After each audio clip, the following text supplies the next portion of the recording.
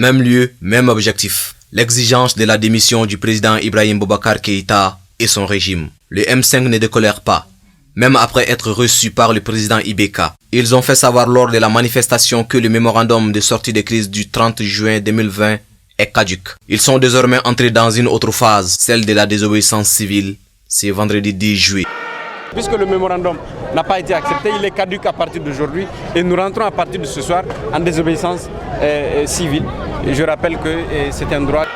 La non-reconnaissance de l'autorité et du pouvoir de M. Ibrahim Boubacar Keïta comme président de la République du Mali, c'est l'une des résolutions prises lors de cette manifestation du 10 juillet. Une posture qui fait suite à la violation de la Constitution par le président Ibeka, selon Maître Mohamed Ali Bachidi. Donc qui a violé les institutions du pays.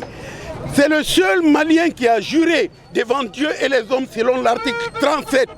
Selon l'article 37 de la Constitution, il a juré devant Dieu et les hommes qu'il ne violera aucune loi du Mali. Il a tout violé. Alors si Ibeka, on dit qu'on ne reconnaît pas son pouvoir, parce que c'est ce pouvoir de violation des lois que nous ne reconnaissons pas.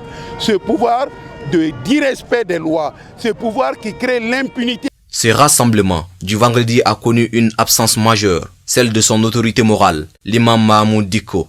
Une absence qui n'a rien de particulier selon le M5. Nous avons décidé en commun accord, vu les occupations de l'imam, vu son âge aujourd'hui, que lui reste à la maison, qu'il se repose.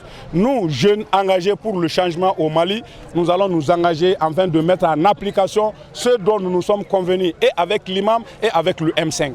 Donc c'est ça la désobéissance civile. Donc il n'avait pas un message spécifique à porter aujourd'hui, raison pour laquelle on lui a demandé tout bonnement de rester à la maison. Des effets immédiats de cette désobéissance civile ont été vus sur le terrain avec des routes barricadées, des heurts entre manifestants et forces de l'ordre.